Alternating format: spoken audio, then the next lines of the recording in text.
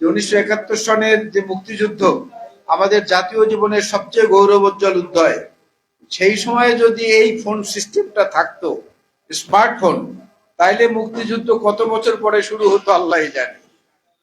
কারণ ওই ওই স্মার্টফোন হাতে নিয়ে, অস্ত্র হাতে নিয়ে একটা ছবি তুলে বাড়িতে গিয়ে ঘুমাতাম, আবার 3 মাস পর বিজয়ের সম্ভাবনা দেখলে আবার আসতাম, ঝামেলা দেখলে আবার চলে যেতাম, আর একটা ছবি তুলে গিয়ে ঘুমিয়ে পড়তাম। তো আজকে 71-এ সে মুক্তিযুদ্ধ হতো কিনা স্মার্টফোন থাকলে, এটাই আমার সন্দেহ।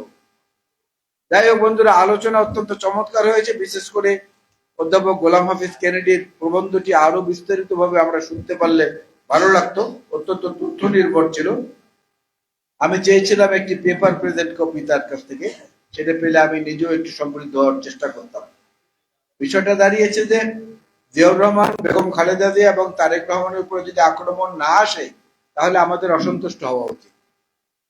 আক্রমণ আসলে সন্তুষ্ট হওয়া উচিত। সবাই বলতে পারে উল্টো কথা কেন বলছেন? উল্টা বলছি এই কারণে, যে গাছে কোনো ফল নাই সেই গাছে কেউ ঢিল মারে না, আর যেই গাছটা সবচেয়ে বড় সেই গাছটাতেই কিন্তু ঝড় বাতাস ছাড়লে ওই গাছটাই সবচেয়ে বেশি দোলে। দেখবেন বিএনপি তো একটা ফলবান গাছ, ফল দিয়ে আসছে, ফল দিয়ে যাচ্ছে, ভবিষ্যতেও দেবে। এই গাছের উপরে যদি আক্রমণ না করে, তাহলে আওয়ামী লীগকে মনে রাখবে কে? আওয়ামী লীগ নামে যে আরেকটা দল আছে, সেটা মনে করবে কি? এই জন্য আমাদের সমালোচনা যত বেশি হবে, আমরা যেন আনন্দিত হই এবং সেগুলোর তথ্যভিত্তিক উত্তর দেওয়ার চেষ্টা করি, দালিলিক উত্তর দেওয়ার চেষ্টা করি। এইটা হচ্ছে এই মুহূর্তের মূল কাজ। এটাই হচ্ছে আন্দোলন। আন্দোলন, রাজপথের আন্দোলনের মধ্য দিয়ে বিজয় আসে, নিঃসন্দেহে বিজয় আসে, কিন্তু সেই বিজয়ের একটা অনুঘটক থাকতে হয়। বাংলাদেশে সেই অনুঘটক বর্তমানে অনুপস্থিত। কারণ অনুঘটকের দায়িত্ব পালন করে হয় আদালত, না হয় করে আপনার সিভিল অফিসার যারা সচিবালয়ের, না হয় করে উত্তরপাড়ার আমাদের ভাইরা তারা, না হয় কোনো সাংবিধানিক প্রতিষ্ঠান। গত 15 বছরে অত্যন্ত সফলতার সাথে এই সাংবিধানিক প্রতিষ্ঠানগুলোকে শেখ হাসিনা দলীয় প্রতিষ্ঠানে পরিণত করতে সক্ষম হয়েছেন। এই কারণে আন্দোলনের বিজয়ের দ্বার প্রান্তে পৌঁছেও কিন্তু আমাদেরকে আবার হোঁচট খেতে হয়। কারণটা বুঝতে হবে, কারণটা বোঝার চেষ্টা করা উচিত আমাদের সবার। রাষ্ট্র এবং সরকার তো দুটো আলাদা জিনিস। রাষ্ট্র হচ্ছে একটা চিরন্তন সত্তা, যেটা আমার পরবর্তী প্রজন্মের এবং আমার পূর্বের প্রজন্মের বহু চলে গেছে, এখন চলে যাবে, ভবিষ্যতেও চলে যাবে, কিন্তু এই রাষ্ট্রটা থাকবে। কিন্তু সরকার তো নির্ধারিত 5 বছরের জন্য।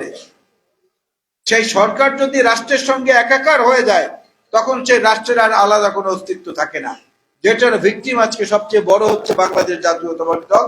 সঙ্গত কারণেই মৎস্যজীবী দল তার শরিক অংশীদার। এর থেকে রক্ষা পেতে হলে ওই প্রতিষ্ঠানগুলোকে বিশুদ্ধতা আনায়নের জন্য যে কাজ জিয়াউর রহমান সাহেব শুরু করেছিলেন, সে আরাধ্য কাজগুলোকে সামনে এগিয়ে নেওয়ার জন্য আমাদের জন্য সবচেয়ে বেশি যেটা প্রয়োজন, সেটা হলো জিয়াউর রহমানকে শুধু স্মরণ নয়, শুধু স্মরণ করেই যেন থেমে না যাই, জিয়াউর রহমানকে যেন ধারণ করি। স্মরণ এবং ধারণের মধ্যে কিন্তু যোজন যোজন পার্থক্য। স্মরণটা আনুষ্ঠানিক হতে পারে অনেক সময়, আর ধারণ করাটা হলো সত্যিকার অর্থে হৃদয় থেকে ভালোবাসা। যেমন আপনার জিকির আজকার করতে অজু করা লাগে না, কিন্তু কোরআন তেলাওয়াত করতে হলে কিন্তু অবশ্যই অজু করতে হবে। সেটা আপনি টেলিফোনেই করেন, ওই স্মার্টফোনের মাধ্যমেই করেন, অথবা পবিত্র কোরআনে কারীম হাতে নিয়েই করেন। তেমনি ভাবে ধারণ করাটা হচ্ছে বিষয়। জিয়াউর রহমানের চরিত্রের যতগুলো গুণ ছিল, তার একটাও যদি আমরা নিজেদের মধ্যে ধারণ করতে পারি, সেদিন মনে করবো এই ধরনের আলোচনা সভা সফল হয়েছে। সেখানে কে থাকলো না থাকলো সেটা কোনো গুরুত্বপূর্ণ বিষয় না। সুতরাং সে ধারণ করার প্রক্রিয়াটা আমরা শুরু করি।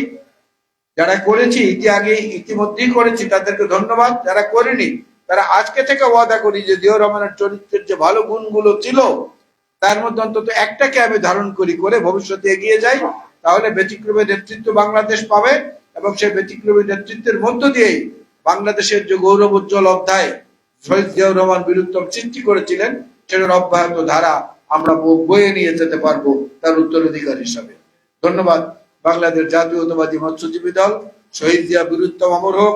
দেশনেত্রী বেগম খালেদা জিয়া জিন্দাবাদ। জনাব তারেক রহমান জিন্দাবাদ। আসসালামু আলাইকুম।